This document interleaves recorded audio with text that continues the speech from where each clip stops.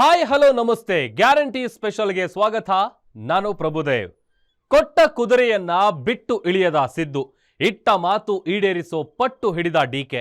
ಧರ್ಮ ಸಂಕಟದಲ್ಲಿ ಹೈಕಮಾಂಡ್, ಪಟ್ಟದ ಸ್ಪಷ್ಟತೆಗೆ ಇಟ್ಟ ಘಳಿಗೆ ಈಗ ಬದಲು. ಏಕಾಏಕಿ ಸಮಯ ಬದಲಾಗಿದ್ದೇಕೆ? ದೆಹಲಿ ಒಡ್ಡೋಲಗದ ಮುಹೂರ್ತಕ್ಕೆ ಅಡ್ಡಿಯಾಗಿದ್ದು ಏನು? ಕ್ಲೈಮ್ಯಾಕ್ಸ್ ಹಂತಕ್ಕೆ ಬಂದಿರುವ ಕಿರೀಟ ಕದನ. ಸಿಎಂ ಡಿಸಿಎಂಗೆ ಬುಲಾವ್. ಬದಲಾದ ಮುಹೂರ್ತದ ದಿನ, ಯಾರಿಗೆ ವರದಾನ, ಯಾರು ಬಿಡಬೇಕು ಕಣ? ಇದೇ ಈ ಹೊತ್ತಿನ ವಿಶೇಷ ಮರ್ಮ ಮುಹೂರ್ತ.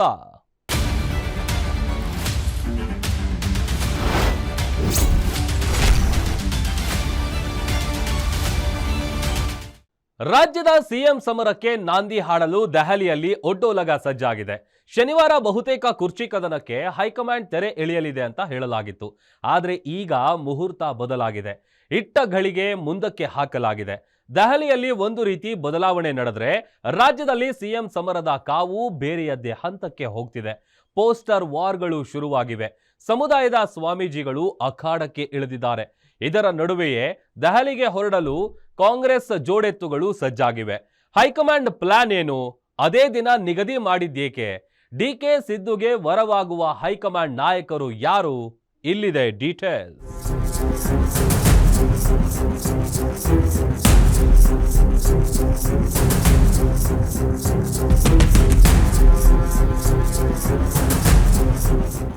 ಆ ವಿಚಾರ ಕೂಡ ಚರ್ಚೆ ಮಾಡಬೇಕಾಗಿದೆ. ನಾನು ಚೀಫ್ ಮಿನಿಸ್ಟರ್ ಮಾತಾಡಿದೀವಿ. ಸದ್ಯದಲ್ಲೇ ಆ ವಿಚಾರ ಚರ್ಚೆ ಮಾಡ್ಲಿಕ್ಕೆ ನಾವು ಹೋಗ್ತೇವೆ. Delhi I may go. I have lot of work in Delhi.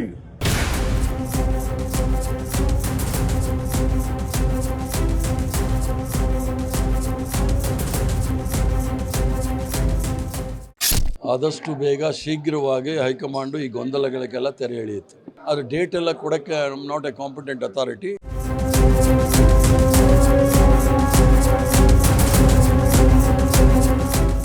ಉಸ್ತುವಾರಿ ಯಾರು ರಣದೀಪ್ ಅವ್ರು ಇರ್ಬೋದು, ಅಥವಾ AICC ಅಧ್ಯಕ್ಷರು ಇರ್ಬೋದು, ಕರೆದಾಗ ಹೋಗ್ತೀನಿ ಅಂತ ಎಲ್ಲರೂ ಹೇಳಿದಾರಲ್ಲ.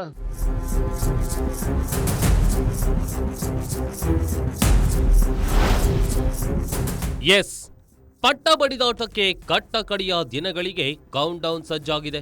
ದೆಹಲಿಯಲ್ಲಿ ರಂಗ ಸಜ್ಜಿಕೆ ರೆಡಿಯಾಗಿದ್ದು, ರಾಹುಲ್, ಸೋನಿಯಾ ಈಗಾಗಲೇ ರಂಗ ಪ್ರವೇಶ ಮಾಡಿದ್ದಾರೆ. ಮೂವರು ಪ್ರಮುಖ ನಾಯಕರ ನಡುವೆ ಮಹತ್ವದ ಮಾತುಕತೆಗಳು ಕೂಡ ನಡೆದಾಗಿದೆ. ನವೆಂಬರ್ 29 ಅಂದ್ರೆ ಶನಿವಾರದಂದು ಉಭಯ ನಾಯಕರು ದೆಹಲಿಗೆ ತೆರಳಲಿದ್ದಾರೆ. ಕೊನೆಯ ತೀರ್ಮಾನ ಆಚೆ ಬರಲಿದೆ ಅಂತಲೇ ಹೇಳಲಾಗಿತ್ತು. ಆದ್ರೆ ಈಗ ಮುಹೂರ್ತ ಬದಲಾಗಿದೆ. ಬೇರೆ ಮುಹೂರ್ತವನ್ನ ಫಿಕ್ಸ್ ಮಾಡಿದೆ.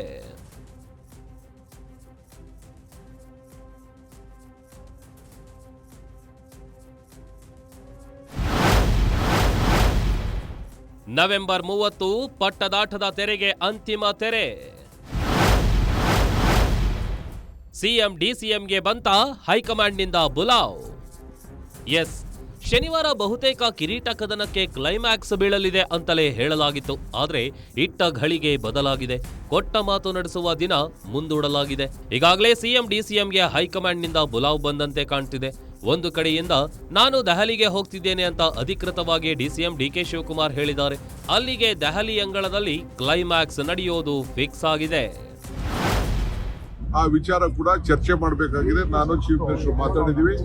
ಸದ್ಯದಲ್ಲೇ ಆ ವಿಚಾರ ಚರ್ಚೆ ಮಾಡ್ಲಿಕ್ಕೆ ನಾವು ಹೋಗ್ತೇವೆ. Delhi I may go. I have lot of work in Delhi. ರವಿವಾರ ದೆಹಲಿಯಲ್ಲಿ high voltage meeting. CM DCM ಸಮ್ಮುಖದಲ್ಲಿಯೇ ನಡೆಯಲಿದೆ ಸಭೆ. ಇಂದ್ರಪ್ರಸ್ಥದಲ್ಲಿ ಒಡ್ಡೋಲಗಕ್ಕೆ ಮುಹೂರ್ತ ನಿಗದಿಯಾಗಿದೆ.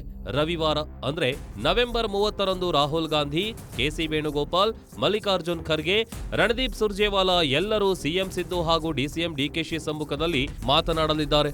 ಅಗತ್ಯ ಬಿದ್ರೆ ಸೋನಿಯಾ ಗಾಂಧಿ ಕೂಡ ಎಂಟ್ರಿ ಕೊಡಲಿದ್ದಾರೆ. ರವಿವಾರದಂದೇ ಅಂತಿಮ ತೀರ್ಮಾನ ಹೊರಬೀಳೋದು ಬಹುತೇಕ ನಿಶ್ಚಿತ ಅಂತಲೇ ಹೇಳಲಾಗ್ತಿದೆ. ಸದ್ಯ ದೆಹಲಿಗೆ ಹೋಗಲು ಡಿಕೆಶಿ ಪ್ಯಾಕಿಂಗ್ ಶುರು ಮಾಡಿದ್ದಾರೆ. ಸಿಎಂ ಮತ್ತು ನಾನು ಇಬ್ಬರೂ ಸೇರಿ ದೆಹಲಿಗೆ ಹೋಗ್ತಿದ್ದೇವೆ ಅಂತ ಹೇಳಿದ್ದು, ಕುರ್ಚಿ ಬಡಿದಾಟದ ಕೊನೆಯ ಆಟಕ್ಕೆ ಮುಹೂರ್ತ ನಿಗದಿಯಾಗಿದೆ ಅನ್ನೋದ್ರ ಬಗ್ಗೆ ಪರೋಕ್ಷ ಸಂದೇಶ ನೀಡಿದ್ದಾರೆ.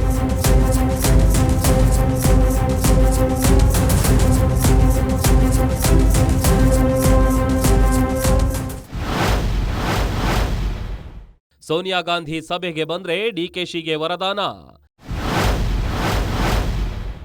ಸೋನಿಯಾ ಗೈರಾದಲ್ಲಿ ಬಂಡೆಗೆ ಹಿನ್ನಡೆಯಾಗೋ ಸಂಭವ. ಡಿಕೆ ಶಿವಕುಮಾರ್ರನ್ನ ಹೈಕಮಾಂಡ್ನ ಮುದ್ದಿನ ಕೂಸು ಅಂತಲೇ ಬಣ್ಣಿಸುತ್ತಾರೆ. ಅದರಲ್ಲೂ ಕಾಂಗ್ರೆಸ್ ವರಿಷ್ಠೆ ಸೋನಿಯಾ ಗಾಂಧಿ ಅವರಿಗೆ ಡಿಕೆ ಶಿವಕುಮಾರ್ ಮೇಲೆ ನಂಬಿಕೆ ಮತ್ತು ವಿಶ್ವಾಸ ಮೊದಲಿನಿಂದಲೂ ಇದೆ. ರವಿವಾರ ದೆಹಲಿಯಲ್ಲಿ ನಡೆಯುವ ಅಂತಿಮ ಹಂತದ ಮಾತುಕತೆಯಲ್ಲಿ ಸೋನಿಯಾ ಗಾಂಧಿ ಹಾಜರಿದ್ದಿದ್ದೇ ಆದರೆ ಅದು ಡಿಕೆ ಶಿವಕುಮಾರ್ಗೆ ದೊಡ್ಡ ವರದಾನ ಆಗಲಿದೆ. ಅವರ ವಾದಕ್ಕೆ ಸೋನಿಯಾ ಶಕ್ತಿಯಾಗಿ ನಿಲ್ಲಲಿದ್ದಾರೆ. ಒಂದು ವೇಳೆ ಸೋನಿಯಾ ಗಾಂಧಿ ಸಭೆಯಿಂದ ಅಂತರ ಕಾಯ್ದುಕೊಂಡಲ್ಲಿ ಡಿಕೆಶಿಗೆ ಶಾಕ್ ಆಗುವ ಅಚ್ಚರಿ ನಿರ್ಧಾರಗಳು ಬಂದರೂ ಕೂಡ ಆಶ್ಚರ್ಯವಿಲ್ಲ.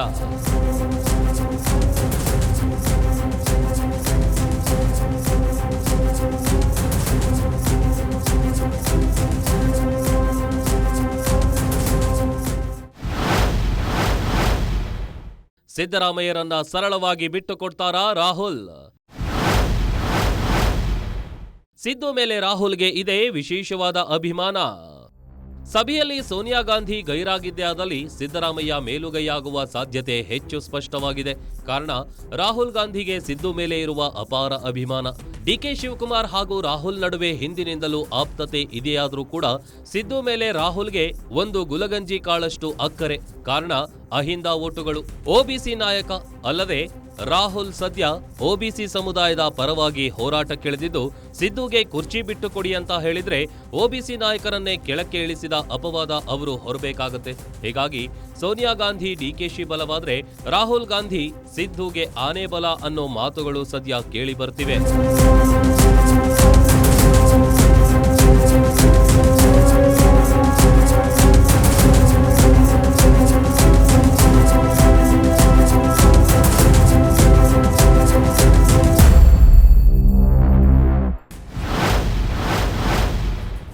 ದೆಹಲಿಯಲ್ಲಿ ಡಿಕೆಯ ಕೊಟ್ಟ ಮಾತು ಮತ್ತೆ ಪ್ರಸ್ತಾಪ.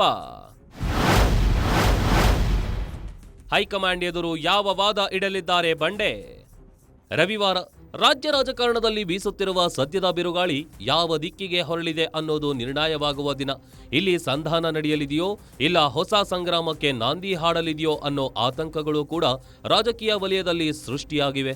ಇದರ ನಡುವೆ ಹೈಕಮಾಂಡ್ ಎದುರು ತಮ್ಮದೇ ವಾದಗಳನ್ನ ಮುಂದಿಡಲು ಉಭಯ ನಾಯಕರು ಸಜ್ಜಾಗಿದ್ದಾರೆ. ಅದರಲ್ಲೂ ಡಿಕೆ ಶಿವಕುಮಾರ್ ಕೊಟ್ಟ ಮಾತನ್ನ ಮತ್ತೆ ನೆನಪಿಸಲು ರೆಡಿಯಾಗಿದ್ದಾರೆ.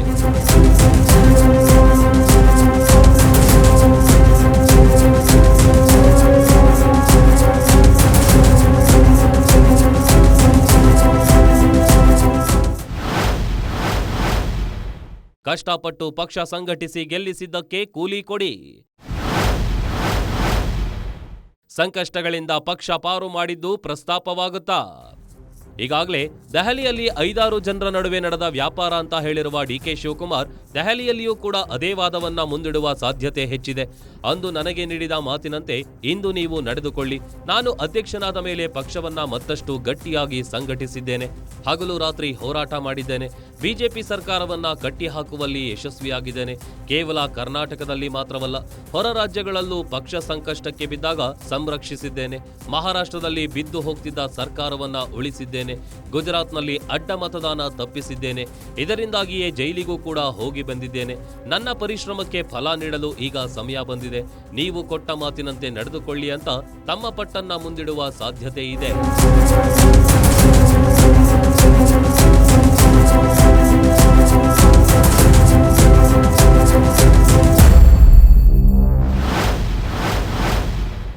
ಭಾನುವಾರ ಯಾರಿಗೆ ಶುಭ, ಯಾರಿಗೆ ವಿಷಗಳಿಗೆ? ದಿಲ್ಲಿ ದರ್ಬಾರ್ ಬಗ್ಗೆ ದಿನದಿಂದ ದಿನಕ್ಕೆ ಕುತೂಹಲ. ದೆಹಲಿಯಲ್ಲಿ ರಾಜ್ಯ ರಾಜಕೀಯ ಕುರ್ಚಿ ಕದನ ಕ್ಲೈಮ್ಯಾಕ್ಸ್ ಹಂತ ಹತ್ತಿರ ಬರ್ತಿದ್ದಂತೆ ಕುತೂಹಲಗಳು ಹೆಚ್ಚುತ್ತಿವೆ. ಮುಂದೆ ರಾಜ್ಯ ರಾಜಕಾರಣದ ಪಥ ಬದಲಿಸಲಿದೆಯಾ ಅನ್ನೋ ಆತಂಕಗಳು ಕೂಡ ಶುರುವಾಗಿದೆ. ಕಾರಣ ಈಗಾಗಲೇ ಅನೇಕ ಬಾರಿ ಹೇಳಿಕೆಯಾಗಿದೆ. ಹೈಕಮಾಂಡ್ಗೆ ಇಬ್ಬರು ನಾಯಕರುಗಳು ಕೂಡ ಮುಖ್ಯ. ಡಿಕೆ ಶಿವಕುಮಾರ್ ಹಾಗೂ ಸಿದ್ದು ಇಬ್ಬರಲ್ಲಿ ಒಬ್ಬರು ಅಸಮಾಧಾನಗೊಂಡ್ರು ಪಕ್ಷಕ್ಕೆ ಹಿನ್ನಡೆ. ಹೀಗಾಗಿಯೇ ಇಬ್ಬರೂ ತಮ್ಮದೇ ಆದ ವಾದವನ್ನ ಮುಂದಿಟ್ಟುಕೊಂಡು ದೆಹಲಿಗೆ ಹೋಗ್ತಿದ್ದಾರೆ. ಅದರ ಆಧಾರದ ಮೇಲೆಯೇ ಸಿಎಂ ಸ್ಥಾನದ ಬಗ್ಗೆ ಡಿಮ್ಯಾಂಡ್ ಮಾಡಲಿದ್ದಾರೆ. ಡಿಕೆ ಶಿವಕುಮಾರ್ ರೀತಿಯೇ ಸಿಎಂ ಸಿದ್ದರಾಮಯ್ಯ ಕೂಡ ಒಂದಿಷ್ಟು ಪಟ್ಟಿಯನ್ನ ರೆಡಿ ಮಾಡಿಕೊಂಡೇ ದೆಹಲಿ ವಿಮಾನ ಏರಲಿದ್ದಾರೆ.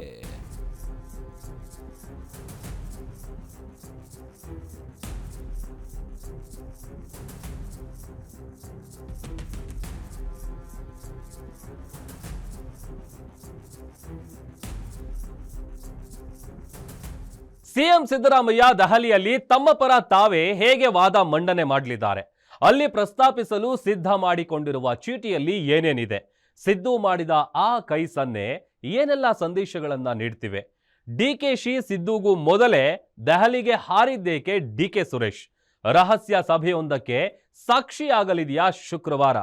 ಮತ್ತೆ ತಮ್ಮ ನಾಯಕರ ಪರ ಬೀದಿಗಿಳಿದಿದ್ದೇಕೆ ಸ್ವಾಮೀಜಿಗಳು, ನಾಯಕರು?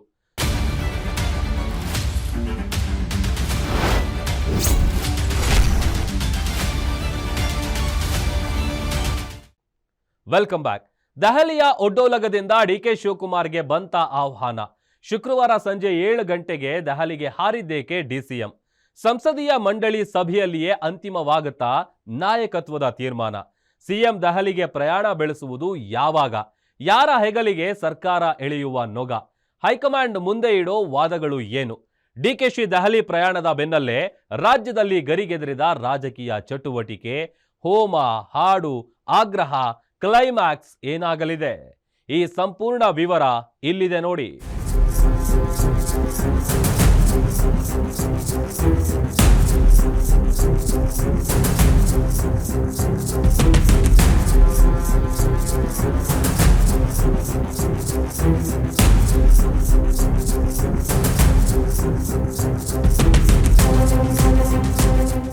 ನಾವು ಈಗ ಪದೇ ಪದೇ ಹೇಳ್ತೀನಿ, ಸಿದ್ದರಾಮಯ್ಯನವರಿಗೆ ವಿಷಯವಾಗಿ ನಾವು ನಿಂತಿರ್ತಕ್ಕಂಥದ್ದೇ. ಅವರು ಎಲ್ಲ ವರ್ಗದವರ ಪರವಾಗಿ ಅವ್ರ ಕ್ಯಾಬಿನೆಟ್ ನೋಡ್ರಿ, ಅವ್ರ ಪ್ರೋಗ್ರಾಮ್ಗಳು ನೋಡ್ರಿ.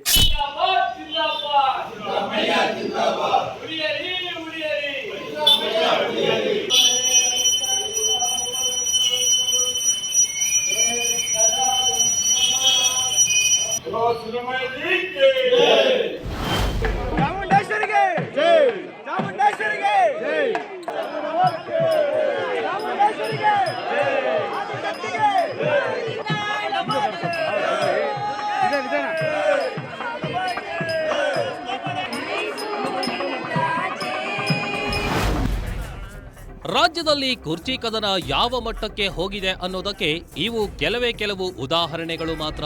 ರಾಜಕೀಯ ಒಳಗೂ ಹೊರಗೂ ಕೂಡ ಸಿಎಂ ಕುರ್ಚಿ ಕದನದ ಬೇಗುದಿ ಕುದಿ ಕೊತ ಕೊತ ಎನ್ನುತ್ತಲೇ ಇದೆ. ಇದರ ಶಮನದ ಔಷಧಿ ಇರೋದು ಅದು ಕಾಂಗ್ರೆಸ್ ಹೈಕಮಾಂಡ್ನಲ್ಲಿ ಮಾತ್ರ. ಇಲ್ಲಿ ಏನೇ ಪ್ರಹಸನಗಳು ನಡೆದರೂ ತೆರೆ ಬೀಳೋದು ದೆಹಲಿಯಲ್ಲಿಯೇ. ಹೀಗಾಗಿಯೇ ದೆಹಲಿ ಅಂಗಳದಲ್ಲಿ ಈಗ ಕುರ್ಚಿ ಬದಲಾವಣೆಯ ಚೆಂಡು ಬಿದ್ದಿದೆ. ಇಂದ್ರಪ್ರಸ್ಥದಲ್ಲಿ ಸಿಎಂ ಪಟ್ಟ ಅಹಿಂದ ನಾಯಕನಿಗೋ, ಹೈಕಮಾಂಡ್ ಬೆನ್ನ ಹಿಂದೆ ನಿಂತ ನಾಯಕನಿಗೋ ಅನ್ನೋ ನಿರ್ಧಾರಕ್ಕೆ ದಿನಗಣನೆಗಳು ಆರಂಭವಾಗಿವೆ.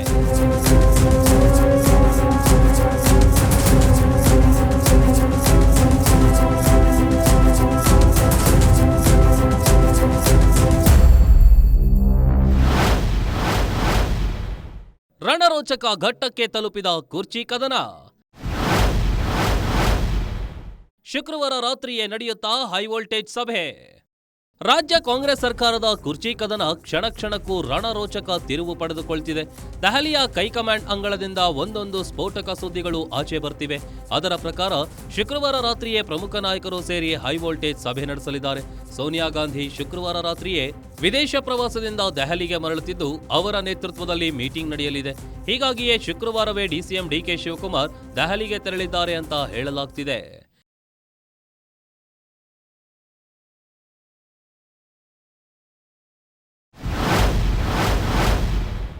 ಡಿಸಿಎಂ ಬೆನ್ನಲ್ಲೇ ದೆಹಲಿಗೆ ಹಾರ್ತಾರಾ ಸಿಎಂ ಸಿದ್ದು? ಸಿದ್ದು ಮಾಡಿದ ಸನ್ನೆಯಲ್ಲಿ ಏನೆಲ್ಲ ಸಂದೇಶ ಅಡಗಿದೆ? ನಾಯಕತ್ವ ಬದಲಾವಣೆ ವಿಚಾರವಾಗಿ ಸಿಎಂ ಸಿದ್ದರಾಮಯ್ಯ ಹೈಕಮಾಂಡ್ ಕರೆದ್ರೆ ದೆಹಲಿಗೆ ಹೋಗ್ತೀನಿ ಅಂತ ಹೇಳಿದ್ರು. ಈಗಾಗಲೇ ಡಿಸಿಎಂ ಡಿಕೆ ಶಿವಕುಮಾರ್ ದೆಹಲಿಗೆ ಪ್ರಯಾಣ ಬೆಳೆಸಿದ್ದಾಗಿದೆ. ಇವರ ಬೆನ್ನಲ್ಲಿಯೇ ಸಿಎಂ ಕೂಡ ದೆಹಲಿಗೆ ಪ್ರಯಾಣ ಬೆಳೆಸಬಹುದು ಅಂತಲೇ ಊಹಿಸಲಾಗಿತ್ತು. ಆದ್ರೆ ದೆಹಲಿಗೆ ಹೋಗ್ತೀರಾ ಅಂತ ಮಾಧ್ಯಮಗಳು ಕೇಳಿದ ಪ್ರಶ್ನೆಗೆ ಸಿಎಂ ಸಿದ್ದು ಏನೂ ಉತ್ತರಿಸದೆ ಇಲ್ಲ ಅಂತ ಕೈ ಸನ್ನೆ ಮಾಡಿ ಹೋಗಿದ್ದು ಮಾತ್ರ ಹಲವು ಸಂಶಯಗಳನ್ನ ಹುಟ್ಟಿಸಿವೆ. ದೆಹಲಿಗೆ ಸಿಎಂ ಯಾವಾಗ ಹೋಗಲಿದ್ದಾರೆ ಅನ್ನೋದು ಇನ್ನೂ ಕೂಡ ನಿಗೂಢವಾಗಿಯೇ ಉಳಿದುಕೊಂಡಿದೆ. ದೆಹಲಿಯಿಂದ ಕರೆ ಬಂದಿದೆಯಾ ಸರ್? ದೆಹಲಿಯಿಂದ ಕರೆ ಬಂದಿದೆಯಾ ಸರ್?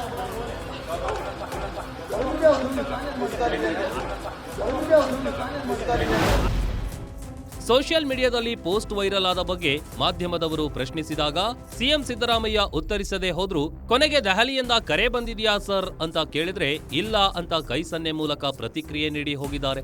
ಅಲ್ಲಿಗೆ ಸಿದ್ದುಗೆ ಇಲ್ಲಿಯವರೆಗೂ ಹೈಕಮಾಂಡ್ನಿಂದ ಬುಲಾವ್ ಬಂದಿಲ್ಲ ಅಂತ ಸ್ಪಷ್ಟವಾಗಿದೆ.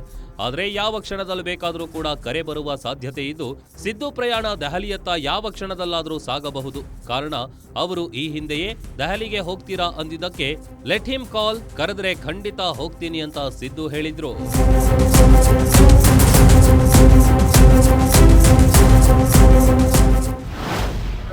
ಹೈಕಮಾಂಡ್ ಅವರು ಅವ್ರಿಗೂ ಫೋನ್ ಮಾಡಿದ್ರು, ನನಗೂ ಫೋನ್ ಮಾಡಿದ್ರು, ನೀವಿಬ್ರು ಭೇಟಿ ಮಾಡಿ ಅಂತ. ಅದಕ್ಕೋಸ್ಕರ ಅವನಿಗೆ ನಾನು ಬ್ರೇಕ್ಫಾಸ್ಟ್ ಬಂದಾಗ ಚರ್ಚೆ ಮಾಡ್ತೀವಿ. ಯಾಕೆಂತಂದ್ರೆ ಹೈಕಮಾಂಡ್ನವರು ನನ್ನ ಸ್ಟ್ಯಾಂಡ್ ನಲ್ಲಿ ಏನು ಬದಲಾವಣೆ ಇಲ್ಲ.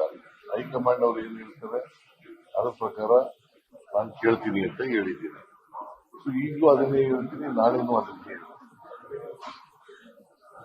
ನಾವಿಬ್ರು ಕೂಡ ಅವರು ಹೇಳ್ತೀವಿ, ಅವರು ಅನೇಕ ಸಾರಿ ಹೇಳಿದ್ದಾರೆ ಹೈಕಮಾಂಡ್ ಅವರು ಹೇಳೋದಕ್ಕೆ ಕೇಳ್ತೀವಿ, ನಾವು ಅನೇಕ ಸಾರಿ ಹೇಳಿದೀವಿ ಹೈಕಮಾಂಡ್ ಅವರು ಹೇಳೋದಕ್ಕೆ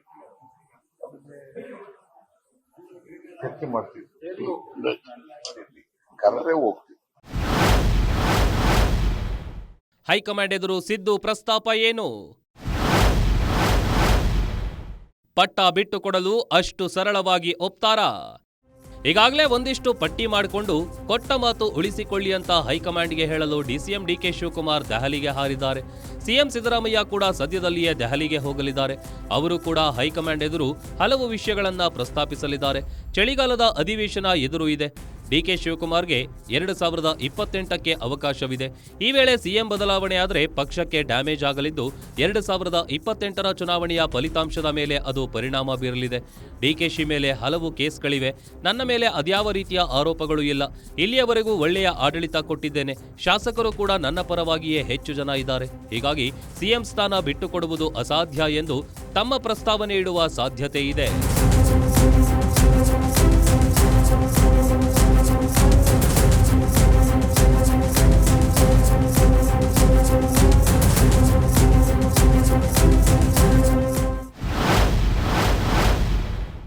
ಸಿಎಂ ಡಿಸಿಎಂಗೂ ಮೊದಲೇ ದೆಹಲಿಗೆ ಡಿಕೆ ಸುರೇಶ್. ಅಣ್ಣನ ಪರವಾಗಿ ಮತ್ತೆ ಅಖಾಡಕ್ಕೆ ಇಳಿದ ಬಂಡೆ ಬ್ರದರ್. ಡಿಕೆ ಸುರೇಶ್ ದೆಹಲಿಗೆ ಪ್ರಯಾಣ ಬೆಳೆಸಿದಾಗಲೆಲ್ಲ ರಾಜ್ಯ ಕಾಂಗ್ರೆಸ್ನಲ್ಲಿ ಒಂದಲ್ಲ ಒಂದು ರೀತಿಯ ರಾಜಕೀಯ ಸಂಚಲನ ಸೃಷ್ಟಿಯಾಗಿದೆ. ಈಗ ಮತ್ತೆ ಡಿಕೆ ಸುರೇಶ್ ದೆಹಲಿಗೆ ತಮ್ಮ ಪ್ರಯಾಣ ಬೆಳೆಸಿದ್ದಾರೆ. ಮತ್ತೆ ಮಲ್ಲಿಕಾರ್ಜುನ್ ಖರ್ಗೆ, ಕೆಸಿ ವೇಣುಗೋಪಾಲ್ರನ್ನ ಭೇಟಿ ಮಾಡುವ ಸಾಧ್ಯತೆ ನಿಚ್ಚಳವಾಗಿ ಕಾಣ್ತಿದೆ. ಸಾಧ್ಯವಾದರೆ ಸೋನಿಯಾ ಗಾಂಧಿ ಹಾಗೂ ರಾಹುಲ್ ಗಾಂಧಿಯವರನ್ನ ಕೂಡ ಭೇಟಿಯಾಗಿ ಮಾತುಕತೆ ನಡೆಸಲು ಡಿಕೆ ಸುರೇಶ್ ಸಜ್ಜಾಗಿದ್ದಾರೆ. ಅಣ್ಣನ ಪರ ಮತ್ತೆ ಅಖಾಡಕ್ಕೆ ಇಳಿಯುವ ಮೂಲಕ ಹೈಕಮಾಂಡ್ ಮೇಲೆ ಒತ್ತಡ ಹಾಕಲು ಸಜ್ಜಾಗಿದ್ದಾರೆ.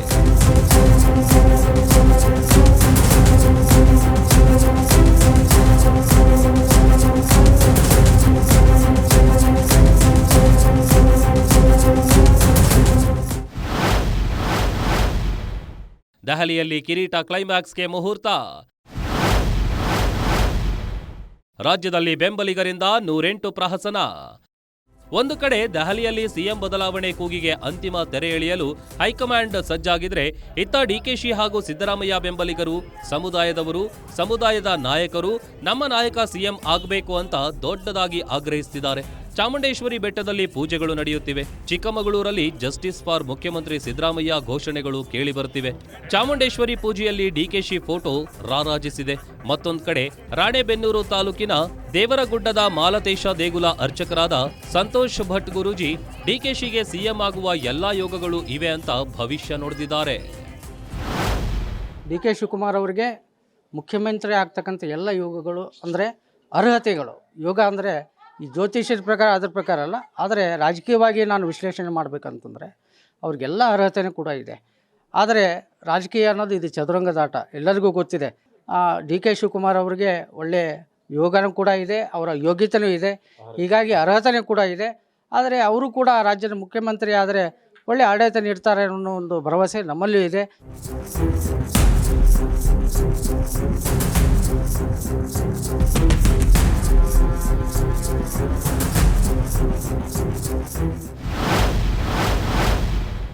ಬದಲಿ ಮುಹೂರ್ತದಲ್ಲಿ ಯಾರಿಗೆ ಶುಭ ಸೂಚನೆ?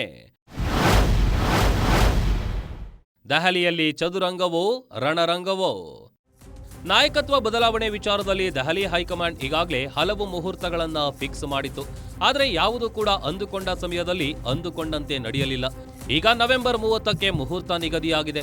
ದೆಹಲಿ ಕಾಂಗ್ರೆಸ್ ದರ್ಬಾರ್ನಲ್ಲಿ ಯಾರಿಗೆ ಮುಂದಿನ ಸರ್ದಾರ್ ಆಗುವ ಯೋಗವಿದೆ ಅನ್ನೋದು ಸ್ಪಷ್ಟವಾಗಲಿದೆ. ಆದರೆ ಇದೊಂದು ರಾಜಕೀಯ ಚದುರಂಗದಾಟದಂತೆ ಸ್ವೀಕರಿಸಿ ಸೋಲು ಗೆಲುವುಗಳನ್ನ ಸಮವಾಗಿ ತೆಗೆದುಕೊಂಡು ಮುಗಿದು ಹೋಗಲಿದೆಯೋ ಇಲ್ಲ ಹೊಸ ರಣರಂಗಕ್ಕೆ ವೇದಿಕೆಯಾಗಲಿದೆಯೋ ಅನ್ನೋದು ಶನಿವಾರವೇ ತಿಳಿಯಲಿದೆ.